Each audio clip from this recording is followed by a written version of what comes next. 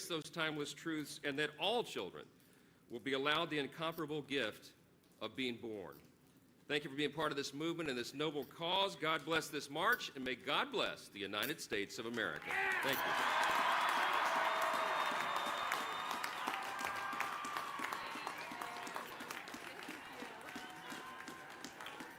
Thank you both, Leader Thune and Speaker Johnson, for your bold leadership on this critical human rights issue.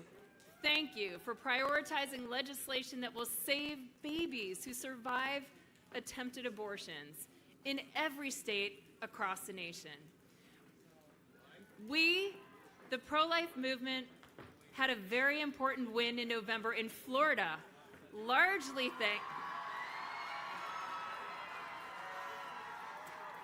I think you know what's coming here. So largely thanks, or I should say who's coming here. Largely thanks to Governor Ron DeSantis.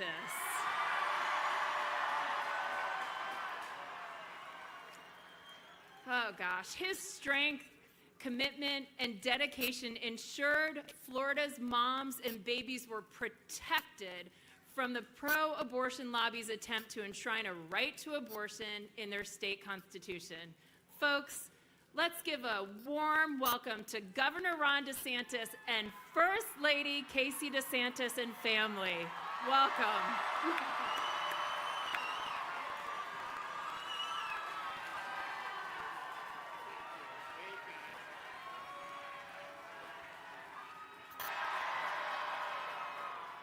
You know, I kind of feel like we have a lot of momentum. So there's this issue that the president has introduced, which I'm supportive of, to say the Constitution doesn't give birthright citizenship to people that are here illegally. I think that's the decision of the Constitution. But it's interesting, not everyone likes that. And so the New York Times had a hit piece going against this. And here was their headline: "Undocumented women ask, will my unborn child be a citizen?" So the New York Times is admitting it's not just a clump of cells. Let's welcome the New York Times to the pro-life movement. Wow.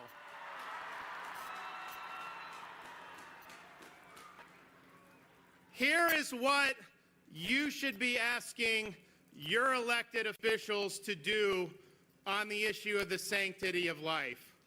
Show courage in defense of the unborn. That's what we need from the people that we elect to the office. The sanctity of life does not depend on poll results. It doesn't depend on which way the wind is blowing.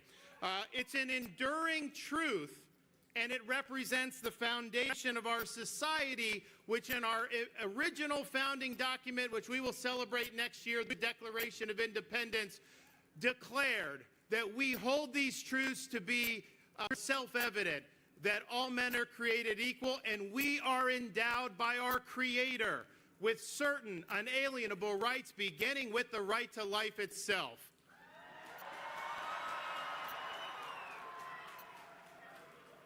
And I remember when Dobbs came down, it was a big victory for the pro-life movement, but a lot of people didn't necessarily know, what were you going to do? What was the left going to do? There were all these things going, and what the left did is they poured hundreds of millions of dollars into these ballot initiatives. And in 2022, they swept the country. I think they won every single ballot initiative in favor of, many times, abortion on demand until birth.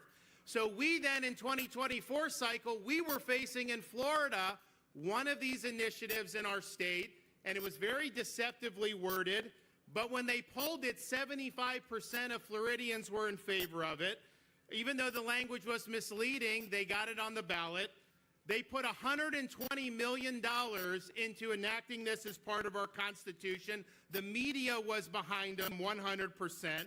Now, this would have been the most radical amendment in the nation. It would have led to 40,000 abortions in Florida every single year, and would have made Florida the epicenter for abortion tourism, because we're in the Southeast, which is the most pro-life part of the country.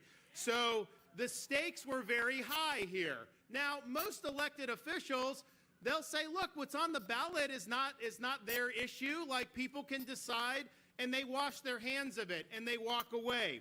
But you know, I remember a great man once said, the only thing necessary for the triumph of evil is for good men to do nothing. So we were not just going to sit around in Florida and do nothing. We had a responsibility to lead the charge and to do something that most people said was impossible: defeat a pro-abortion ballot measure in a state who, quite frankly, does not necessarily have overwhelming pro-life sentiment. And so this was very difficult because what the pro-abortion side does, they don't tell the truth. They rely on a blizzard of lies to try to be able to enact these things. So if you turned on TV in Florida last fall, you were told that Florida's heartbeat bill somehow didn't allow pregnant women to get health care when they had a miscarriage, or all these other things, which were bold-faced lies. They never made the case as to why you should have elective abortions on demand up until 9 months. They never made that case. They were focusing on running commercials that are lying about what we were doing in Florida. And they think it's true. So this was all hands on deck. So we decided we had no choice but to dig in and lead, that we had all these lives that depended on this. So we raised millions of dollars. We mobilized activists, not just in the state of Florida, but around the country to come and help Florida. Many of you were part of that. We pressured our elected officials to get involved. We barnstormed the state. I had physicians against Amendment 4. We had survivors of abortion talking against Amendment 4. You name it, we did it. We even mobilized our state agencies, and we ran public service announcements dispelling the lies that were being told about Florida's heartbeat bill. But we were doing this, quite frankly, against the tide of public opinion. The wind was in our face. The wind was not in our backs. But you know, it's easy to lead when the wind's at your back. Anybody can do that. The question is, when those things are, when you have all the odds stacked against you, are you going to dig in and are you going to do what's right? And I'm proud to say that we defeated this radical pro-abortion amendment. And we were the first state in the United States to ever defeat one. But here's one of the lessons. We were told since Dobbs by people, political consultants, pundits, many people that are more establishment Republicans, that standing for the right to life was somehow terrible politics, you wouldn't get elected, all this other stuff.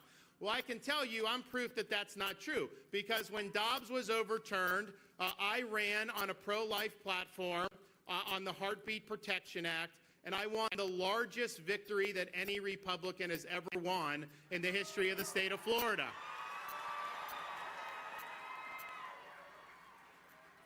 And I can report to you now, years later, not one single member of the Florida legislature has been defeated for voting for Florida's Heartbeat Protection Act, and has been defeated as a result of that. And even more so, to show you the politics isn't what they say, since I signed Florida's heartbeat bill a couple years ago, we have gained 800,000 registered Republicans on the Democrats since we signed the legislation. So don't let the naysayers say that you got to toss away these important convictions and that you shouldn't stand for the right to life. We showed how it can be done in the state of Florida. You know, we're proud that in the last 6 years since I've been governor, on issue after issue, we have defeated the political left. Getting rid of DEI, beating them on illegal immigration, doing all these different things, to the point where Florida is now known as the state where woke goes to die. But let me tell you, since we were able to beat Amendment 4, Florida is not only the place where woke goes to die, it's the place where babies go to live. Thank you. God bless you. Keep up the great work.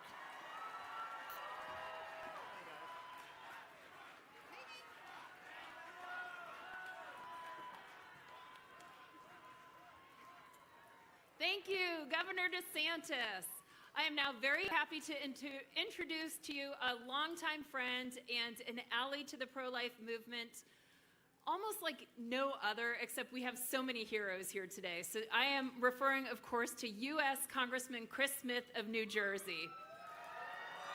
Congressman Smith has served as co-chair of the Congressional Pro-Life Caucus for over 4 decades, tirelessly working on behalf of unborn children and their mothers. Please help me in welcoming to the stage Congressman Chris Smith.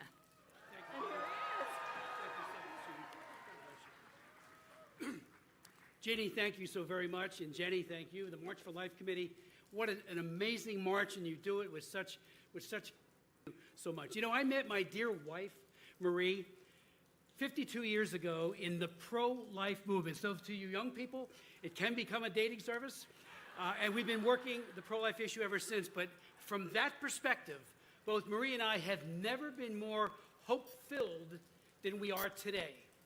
Thank you, all of you, for being here. Today's March for Life, in our opinion, is an engraved invitation to each and every one of us to seriously recommit and rededicate ourselves to the defense of the weakest and the most vulnerable, to recommit with love and compassion, even for our opponents who don't wish us well, to tangibly assist women, especially through the extraordinary work of pregnancy care centers, in order to protect their precious babies, but also to protect their lives. Care centers and their Marist poll just found that 83% of Americans, and I hope the media will take note, support pregnancy care centers. Pregnancy care centers, as all of you know, are under siege by some politicians, but especially by Planned Parenthood, or should I call Child Abuse Incorporated, an organization that has killed over 10 million babies in their clinics. We must end all taxpayer subsidies to Planned Parenthood. Today, we recommit to exposing abortion methods, which the other side never wants to talk about, to a society that has chosen to be blind to the realities of brutally dismembering helpless babies with sharp curettes, knives, and the kids, as we know, feel pain from at least a 12th week on being dismembered, and also the poisoning of babies by literally starving them to death with the abortion pill. I asked the Secretary of the United Nations in a meeting, Gutierrez, in my WHO, they're all handing it out all over the world. I said, it starves the baby to death. I'm all into world hunger, mitigating it. I've offered 2 bills that passed the House on global food security. He says he's for that too. And yet they're starving little children, and then many of those kids are literally flushed down the toilet. We thank President Trump for defeating not 1, but 2 extremist pro-abortion candidates, Clinton and Harris, and for his amazing, amazing defense of unborn children.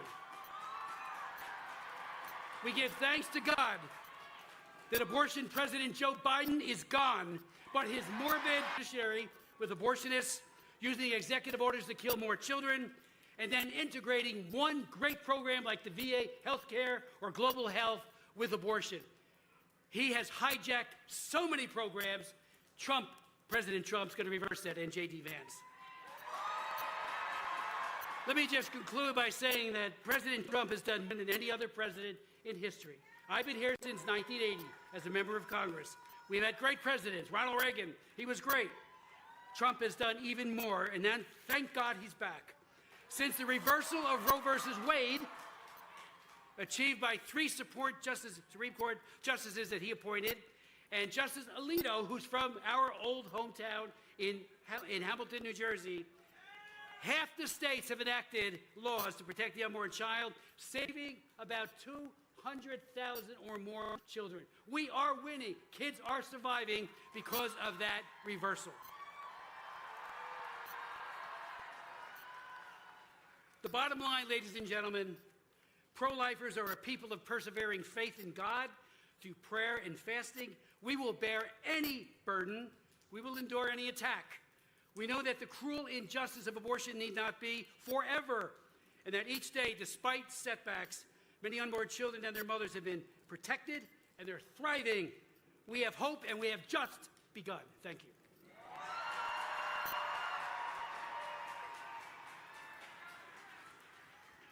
Thank you, Congressman Smith. Next up, we have 3 inspiring women who will take the podium. First up, we will hear from Lila Rose. Author, podcast host, and the president and founder of the pro-life organization Live Action. Following Lila, we will hear the courageous testimony of Dr. Catherine Wheeler. Dr. Wheeler, a certified OBGYN physician who serves on the board of the American Association of Pro-Life OBGYNs. And then last, but definitely not least, we will be joined here at the podium by our youngest speaker today, Miss Hannah Lape. Hannah is a student at Wheaton College and president of Wheaton's Voice for Life Student Pro-Life Club. Help me welcoming to the stage Lila, Dr. Wheeler, and Hannah.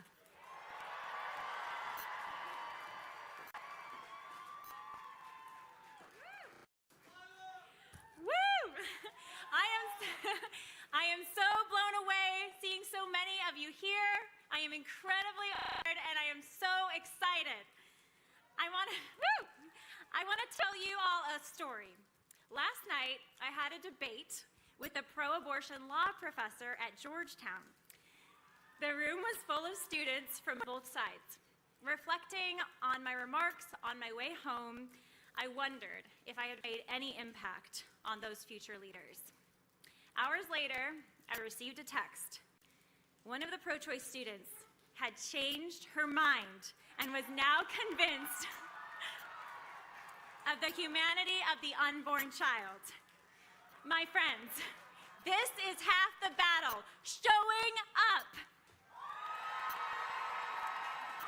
All of you here, all of you have the power to change minds. At the dinner table, on campuses, at soccer games, you can change minds. You are the voice for those who have no voice. Remember, the science is on our side. Natural law is on our side.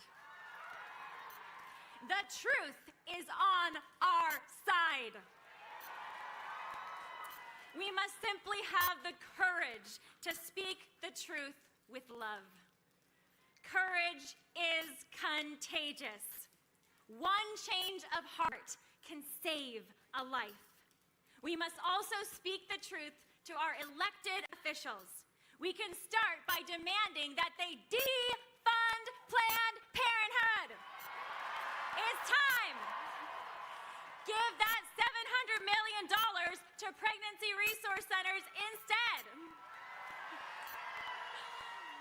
And most importantly, we must urge our elected officials to abolish abortion. Abolishing abortion is the most important human rights cause of our time. 1 million of our unborn brothers and sisters are killed every year by abortion. I am so inspired by the incredible love and heroism of Joan Bell. Trump and VP Vance, thank you! Vice President Vance and President Trump. We can usher in a new golden age for America when we protect every life from the moment of conception. This is our moment. I am so proud of all of you, and I'm so proud of what our nation is and will become by God's grace. Make America pro-life again. Thank you.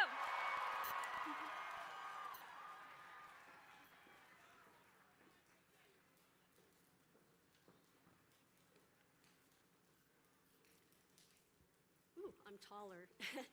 Have you ever looked back and thought, well, I shouldn't plan any of this for my life? Yet life has a way of getting you right exactly where you need to be. I never planned to be an OBGYN. I never planned to be a mother. But then in medical school, was my life and my career over, because isn't that what they tell us women? But the first person I told said, you're going to be an amazing mother. That's amazing. And more women need to hear that. So I immediately fell in love with this little one. Couldn't believe the love and the miracle of getting to grow a baby. My first rotation, first child, was OB. And there I was in the room watching my first birth and just falling apart weeping at the beautiful miracle of life. It became a passion for me. I was absolutely hooked. It was my greatest joy, right underneath having my children. But then I went to residency, and in residency, I was introduced to abortion, specifically for babies with special needs that we would have called birth defects and anomalies. And we were told in that situation, it's a woman's right to choose. You're not here to judge. If you care about women, this is one of the things that we do in medicine. So for the first time, we didn't talk about the baby or healing. We instead talked about terminating and ending. And for the first time, we completely disregarded and actually intentionally took the life of one of our patients. That was the way I thought about abortion as I did them, that I was helping women. Until one day, and I can't tell you what happened, why, but suddenly the blinders came off. And for the first time, I actually saw the baby I was about to kill with horror. And for the first time, I actually felt the evil presence in the room of what was behind abortion. Somehow I did that abortion. I don't know how. I never did another abortion in my life. And it's been 100% pro-life. Yes, thank you, God.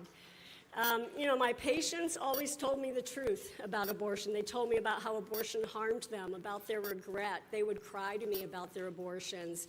But when I went to the literature as now somebody who believed in God and knew the horrors of abortion, I found that tragically they'd been lying to me. But my patients told me the truth. I had somebody ask me on an airplane once, how in the world, when you've done something that horrible, do you even get up? And I'll tell you, I came to know Jesus, and I came to know his love. Thank you, God. I came to know his love and forgiveness. And so only because of Jesus can I stand up in front of you today, and only because of Jesus can I tell people the dignity, the humanity, and the amazing miracle of babies, and that abortions not only take innocent lives, but they harm women too, and they harm all of us. So I am here today. If you've had an abortion, as an abortionist, I want you to know how sorry I am. And I know that there are people listening who've participated in abortion in some way who don't yet know love and forgiveness, and that you don't have to carry this burden anymore. And to you I say, please contact me. I would love to talk with you, the American Association of Pro-Life OB-GYNs. And this is why I march. Life is an incredible, beautiful miracle, and God's grace is available for every single one of us. God bless you.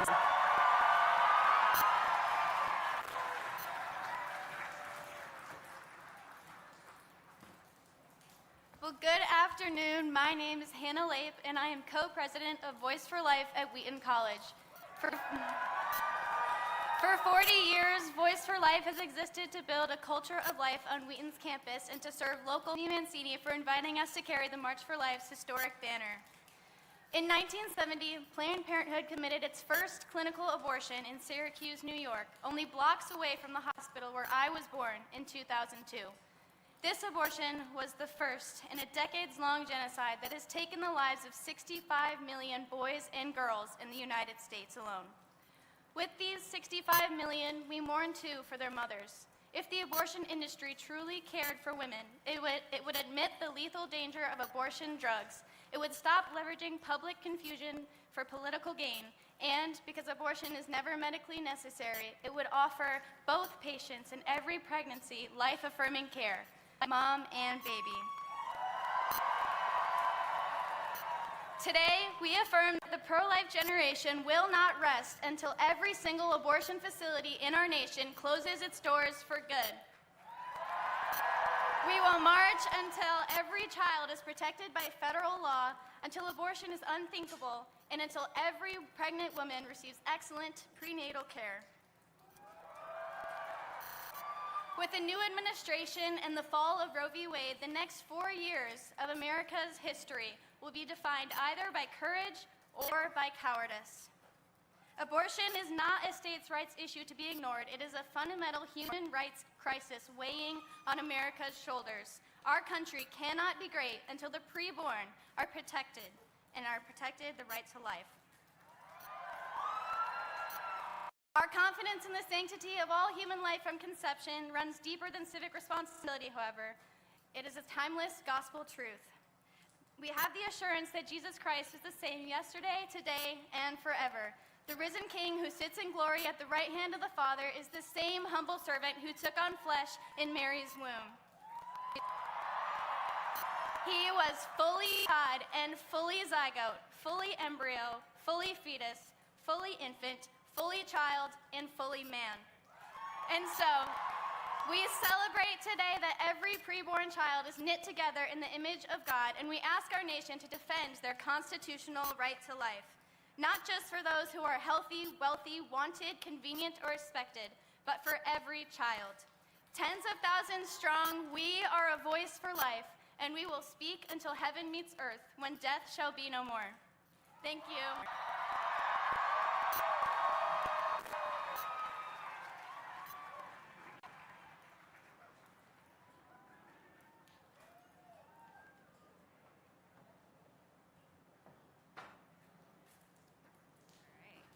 Well, thank you, Sana. Next up, we have two more inspiring speakers. First up is Beverly Jacobson, joined by her daughter, Verity. Beautiful. Verity is so beautiful. You will see. Beverly will share what inspired her to begin her nonprofit, Mama Bear Care. Following Beverly, and I should say Beverly's husband is also joining her up here. Following Beverly is Josiah Presley, another incredibly inspiring story. I can't wait for you to hear his testimony. I'll leave it at that. So please give a warm welcome to Beverly and to Josiah.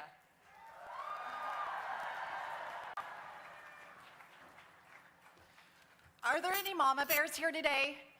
Let me hear you if you're a mama bear. I'm a mama bear. I was 5 months pregnant, but I wasn't excited. I was terrified. We had been told that our baby girl had Edwards syndrome, and this is a condition they said was incompatible with life. So I was meeting with a specialty doctor because I needed information. I needed hope. I needed someone to show me a path through this. And instead, this is what I heard. So, you're here to talk about your retarded daughter. He went on to say that if she survived, she would be a drain on the family, mentally, emotionally, and financially. Well, let me tell you, Mama Bear woke up. And something changed in me that day. And it changed the course of our whole journey. Because as Mama Bear rose up, so did hope. A fierce love swept over me, driving me to find the tender care that my baby needed. And look, Verity is here with us today. She is about to celebrate her 8th birthday. Yeah. She is such a gift from God. Now, I'm not going to sugarcoat anything. This has not been an easy journey. But as we began to find our new normal, an army of mama bears rising up to fight for these precious kids. Because these mama bears are told over and over that abortion is the logical next step after they get a prenatal diagnosis. But these mama bears need hope. They need to know that there are people and resources to help them. And most of all, these mama bears, they need to know that their baby bears are a gift from God who deserve to be celebrated. I want to invite you to join the Mama Bear movement. You can learn more and get connected with our ministry at mamabearcare.org. And this Verity deserves to be celebrated. Why do we all march for life? Because we know that every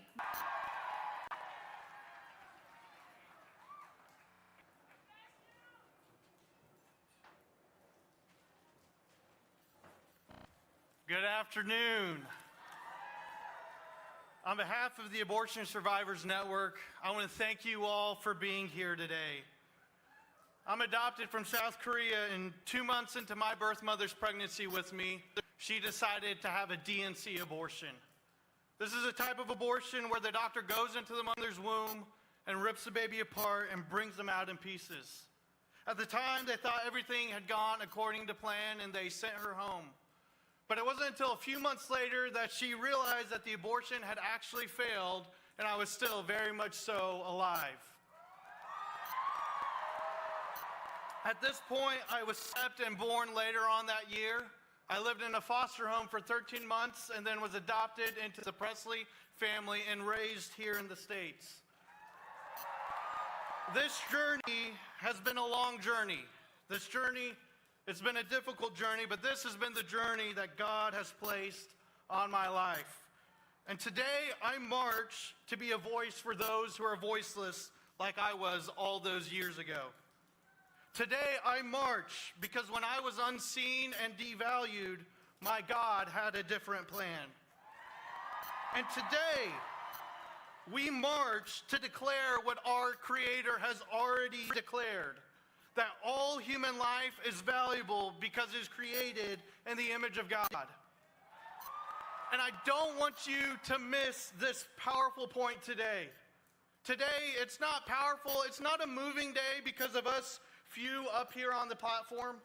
Today is a powerful day because of each and every one of you, because of each and every one of us, individuals created in the image of God and called by our Creator to gather today and in one unignorable voice send an unignorable message that every human life is valuable across all ages, stages, ethnicities, economic statuses, abilities, or circumstances.